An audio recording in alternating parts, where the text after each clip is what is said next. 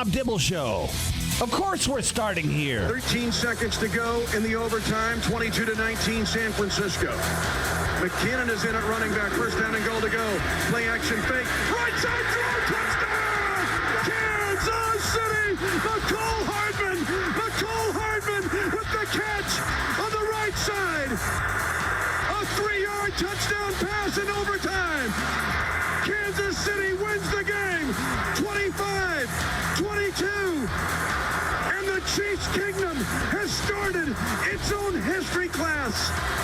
Because for the first time in 6,944 days, there is a back-to-back Super Bowl champion, and it is the Kansas City Chiefs.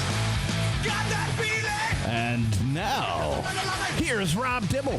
Well, it's Monday after the final football game of the NFL season as it's finally over. Kansas City Chiefs back-to-back champs. They win 25-22 in overtime. And Mahomes does it again. We talked about this for 2 weeks. If you let Patrick Mahomes have any time left in regulation or any time left in overtime to beat you, he will. And he was spectacular again. 34 for 46 passing. Was unbelievable with his legs there in the overtime period. And the 49ers had a chance to put them away and couldn't. So it was a wonderful football game in the second half. The first half, not that great, but the second half was fantastic, and the overtime was fantastic. And the Chiefs finish off the 49ers to win their second in 2 years. Yeah, second overtime Super Bowl in the history of the game, history of the league, 25-22 your final. I thought the first half was like a chess match. Like you really had two guys, and I'm talking about Spagnuolo as much as I am Andy Reid, and then Shanahan on the other side with San Francisco, where it was like who is going to blink first. And there were a couple of blinks. There were fumbles in the very beginning. Christian McCaffrey's fumble inside the 20 on the opening drive. That was a big breath of fresh air, I think, for Kansas City fans and that defense. And then Pacheco gave him one right back. So that was kind of a wash. But I keep coming down to special teams, especially in this game. The punt that hits the player's ankle is just the most unfortunate thing to happen in the biggest game. And that gave the Kansas City Chiefs a beautiful setup inside their own 20, or inside San Francisco's own 20. And a blocked extra point, man. A blocked extra point was huge in this game. That would have been a totally different final drive for the Kansas City Chiefs. They wouldn't have had an opportunity to try to tie. They could only have tried to win. But a blocked extra point, those two special teams, baby miscues, come back to haunt the San Francisco 49ers. Here's where I disagree with you. You had 2 minutes left. Kyle Shanahan, all he has to do is keep running the ball to McCaffrey. He tries a kind of a rollout pass and loses 3 yards. It was 2nd and 1 with 2 minutes left. You get a first down there, you run out the clock. You kick a field goal, you win. It doesn't matter what the extra point was. So, yes, the extra point was huge when it happened, but now you're in control of keeping Mahomes out of this game. And they ultimately had to kick a field goal, take the lead, let Mahomes come down. They should have scored and won with a touchdown. And actually, the 49ers held, and they got a field goal, like a 30-yard field goal from Butker. But Shanahan trying to let Purdy win the game for you with Kittle was one of the stupidest plays I've ever witnessed. I've witnessed over 40 Super Bowls. Again, are the ones where you just let the running game take over in the second half. John Riggins did it once for the Redskins. Michael Smith did it again for the Redskins. O.J. Anderson did it for the Giants. I've watched Tony Dorsett. I've watched so many teams that just put it in the hand. So my question is, would you rather have Purdy rolling out or McCaffrey running the ball? McCaffrey had 160 all-purpose yards, and you're trying to trick play, another trick play where he tried to shuffle the ball to McCaffrey. There was so many stupid things that the 49ers did to keep the Chiefs in it. I can't blame this on the one block point after. I'm not saying that's the whole thing. I mean, I'm just saying those two pieces of special teams miscues became big in the end when a lot of people don't ever think about any miscues on special teams having any kind of factor. Like when they ran the I guess it would be like a wheel route over to McCaffrey, and he goes down the left sideline in overtime. I thought, just like I did in the first quarter, like this 49ers team can pretty much do whatever they want, minus throw the football to the outside. They locked down Debo. They locked down Ayuk. They had to come up with things over the middle. But what was really working was just give the ball to CMC and see what happens with that, whether it is throwing with Juwan Jennings, throwing it to him, whether it's just handing the ball off to him or just throwing checkdowns to him and let him work. But, yeah, the Juwan Jennings touchdown, like it was a bend but don't break defense for me watching this game when Kansas City was allowing them to chew up yards, but they got into the red zone. They would shut them down. And it took weird plays like the wide receiver throwing the ball to Christian McCaffrey to finally put them over and get that touchdown. In the end, the overtime, I didn't like the final plays when they had the ball inside the 20. And, that I thought was a mismanaged 3 downs, because when you're going to give the ball back to this particular team and you're only going to kick a field goal in overtime, like the Buffalo Bills know. The list goes, the Bengals know. The list goes on this team, this quarterback, this coach, Travis Kelce, doing it to you and over and over again, and that's exactly how it played out in the end. Beautiful game plan from them, and I would say the feat of Patrick Mahomes really won this football game in the end for him. That 4th and 1 where they roll him out on a read pass option, he's got multiple things he could do. He trusts himself, and he just steps over the line and gets new chain, new first down, new play set. So I thought there was just so many great moments that these coaching staffs have really put their players in position to succeed. And it was just who is going to come up with the big make-a-play statement. And, again, the MVP, Patrick Mahomes, he did it at the end, and he definitely deserves the MVP stature at the end of this game. Although it could have gone to Butker. Butker setting a Super Bowl record for 1 field goal. He was amazing. And both kickers really moody. But nobody had a run back. They just kept putting it through the uprights. They really did what they were supposed to do. But, again, letting it come down to a rookie or letting it come down to a second-year guy, I would have left it up to Christian McCaffrey. And Kyle Shanahan, this is the 3rd time he's lost by being up double digits. Obviously, we know about the one where he was the OC of Atlanta against New England. The other overtime game. And, with him, all of a sudden he gets pass crazy. And I don't understand it. He did it in the Atlanta game, and one of those interceptions never should have even happened. You just keep running the ball, running out the clock. You got 30 minutes to win a Super Bowl. And that's the thing. I think that I'm not going to blame Shanahan for this, because there's other coordinators and other head coaches that overthink this, but it's just you have to think in rationale of 30 minutes and we win the Super Bowl, and keeping Mahomes off the field. I mean, we talked about this. They had the ball 38 minutes, and that's including overtime, and Kansas City had it 36 minutes. You would love to have had maybe an extra 5 minutes on the 49ers side that keeps Mahomes off the field. They had their miscues. They had an interception. They had a fumble. They gave the 49ers opportunities. And like you said, on that special teams punt where the next play is a touchdown, I mean, that's just a gut punch to the 49ers. They were playing so well. The defense was dominating. They were putting pressure on Mahomes and sacked him 3 times, which usually nobody ever lays a glove on this guy. I thought that the 49ers defense was spectacular. But both defenses looked tired in overtime, because you've been out there for a long time, and I thought it was a fantastic one. But, again, the better quarterback won, because Mahomes can improvise where most quarterbacks can't do that. And even though he's not like, Jalen Hurts or Josh Allen with his legs, he still can scoot and get by you and do the necessary things to beat you. And that's why Mahomes is one of the best quarterbacks in football, one of the best I've ever seen, because he can just do so many things. I think it's just crazy when you look at how this game kind of panned out in the end, because I thought Brock Purdy played a really good game. Like, he threw some pretty nice balls on the inside, too, when he could get separation for his guys. But he didn't turn the ball over. That's something that you'd ask for. Like, if you were to say Brock Purdy's going to throw for 250, have a touchdown, and not turn the ball over, you would take that. Plus, he only got sacked once. I thought they were going to be in his face a lot more, but he was able to get out of his problems in the pocket And then on the other side, like you said, Mahomes gets sacked more and throws a pick. Yeah. But he's the one who ends up winning at the end. Again, I think that Andy Reid and the methodical way that they play a football game of 60 minutes. Like, they look at the whole entire game. They were not shaken down at halftime. They were not down or shaken down 10. That's the other stat that's crazy. All the Super Bowls Mahomes has won, he has been down 10 points, and that is just a crazy stat.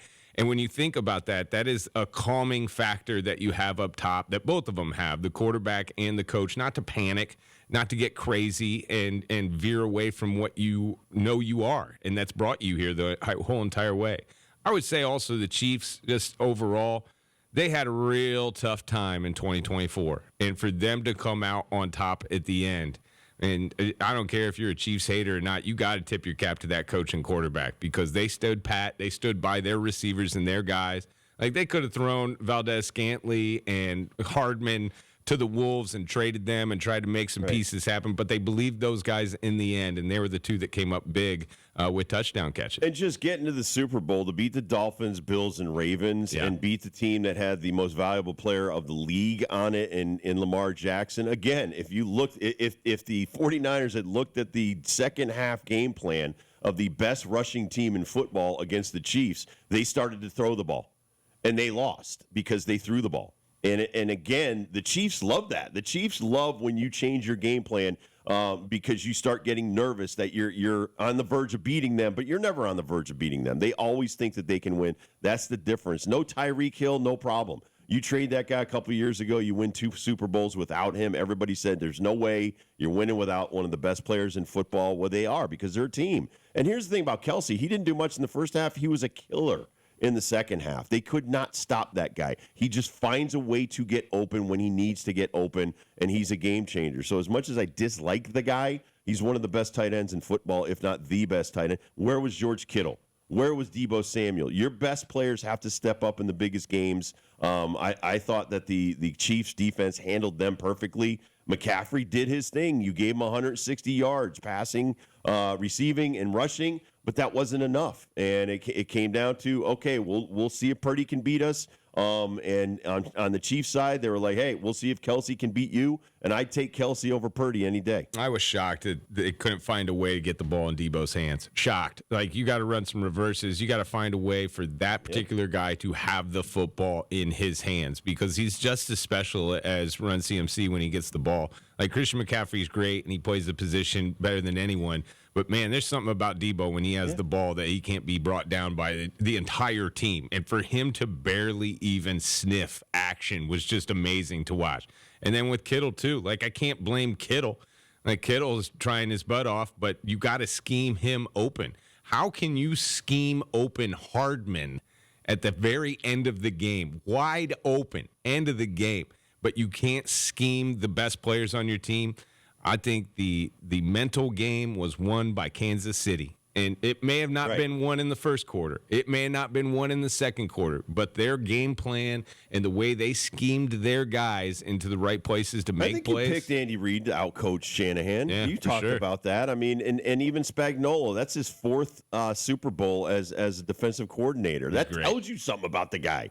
That guy, he might not want to be a head coach. He wants to be the defensive coordinator. He's unbelievable. And he like you said, bend but don't break is perfect. They bent. They looked like they were beatable until they weren't, and that's the thing where, you know, I didn't know the overtime rules, but neither did the 49ers players, and the team that did was the Chiefs. That's preparation. They talked about, we've been going over playoff overtime rules since training camp. That's one of the things that the Chiefs were prepared for. 49ers, that was one thing they weren't prepared for. And Jurshik said that. Listen, we didn't go over that. We had no idea what the rules were in overtime. He wasn't the only one either. Eric Armstead made that admission, too, at the end of the game. Honestly, I'm shocked. I can't believe they don't know. And the reason the Kansas City Chiefs know is because they were the team against the Buffalo Bills that had a advantage before the rule was changed. So they definitely know the rule. They're the reason the rule was changed. Now, back in the day, When we first started overtime in the NFL, we did this thing called sudden death. That was whoever scored, whenever they scored within 15 minutes, that team won. Then about 10, 15 years ago, we're like, well, that's not fair. You can just have a couple first downs, then that soccer player comes out and kicks a field goal and you win. We need our chance for our soccer player to come out. So they're like, okay, if you kick a field goal, then the other team gets a chance to the ball back. That was 2 versions ago. The new version is with touchdowns. The new version, if the 49ers go out and score a touchdown, Kansas City's still going to have a chance to get the ball back and score a touchdown. So for the 49ers, you had to get a touchdown there. Right, but for you to not know, like, I didn't see them celebrating after Moody made the kick like they were going to win. I saw them getting their chin straps buckled and going out there for the kickoff. So for them to make that admission after the game is kind of bonkers to me, how you're playing in the sport, you don't know, and how it doesn't get explained to you, because it's not like it changes in the Super Bowl. It's going to be the same thing in all the playoff games that hit overtime. And again, it just happened with Kansas City Buffalo, and that's why we made the rule. Yeah, I mean, it's unfortunate. I really thought that the 49ers, if you score a touchdown here, the game would be over. And then I realized, okay, we go back to that game with Kansas City and then, them winning because the other team didn't score a touchdown. And, again, you get the ball twice. And you get 3 timeouts. And, you should know all of that stuff before you're going out there. But listen, Kansas City's the better team. Like I said before, to beat those other teams, the Dolphins, the Bills, and then the Ravens, honestly, they deserve to be where they are. And not that the 49ers didn't have a great season, but Mahomes does what's needed to do to win football games. And like you said, he's also calm. The Hall of Fame players, and I don't care what you say about Purdy and so many other quarterbacks, the reasons there's certain guys in the Hall of Fame is their brain's quiet when everybody else is freaking out. And we could go over Kelsey, going after Andy Reid. You had to have Mahomes calm down another guy on the sidelines. Other guys were melting down all over the place. The one guy that never melts down is Patrick Mahomes. Patrick Mahomes is a leader. That's why he's getting the money he gets, but that's why he's got 3 Super Bowl rings and he's got 2 in the last 2 years, because he's calm, like you said, even when we're down 10 points. We're not really down 10 points. We just need a couple more times with the football, and we're going to win. It's so crazy to me. I mean, Mahomes fumbles twice. Pacheco fumbles in the red zone. We had a fumble. Richie James fumbles a punt that bounces right back at him. We had Rashee Rice had a fumble. They only lost one of them. That's crazy. That's crazy. And then the two miscues for San Francisco when they put the ball on the ground were recovered by the Kansas City Chiefs. That's football, Susan. Just a really great game. I thought all the way around it was top level, 400 level football, and played, obviously with the strongest, fastest, biggest players, but also the mental aspect of this Super Bowl was second to none. Yeah, they left nothing on the field. I mean, you could tell. I was listening to the radio broadcast because I couldn't listen to the TV at the end of the game, and they talked about the exhaustion of the Kansas City offensive linemen. They were tired, and the defensive linemen, they were tired, and McCaffrey's going to gain 5 to 7 yards on every play. And how is Spagnuolo going to stop that? And they didn't have to, because Kyle Shanahan stopped it by throwing the football. So it was just, but you could see McCaffrey when he was standing on the sidelines, he was beat up. He was tired. He was exhausted. And a lot of that, like you said, if Deebo Samuel could have given him a blow here and there, if they could have done a few more different ways of getting the football to Deebo, this might have been a different game. But, yeah, I give the Kansas City Chiefs the edge because they had 8 more plays, and in those 8 more plays, they were able to win the football game. And, too, just winning a couple more times, having that under your belt, that kind of Super Bowl experience. Like, there's guys on the 49ers that have been to the game, but they haven't been there in a situation where they're down 10 like this squad has twice before they just did it last night. The Chiefs are really young, too. Chiefs are going to be back.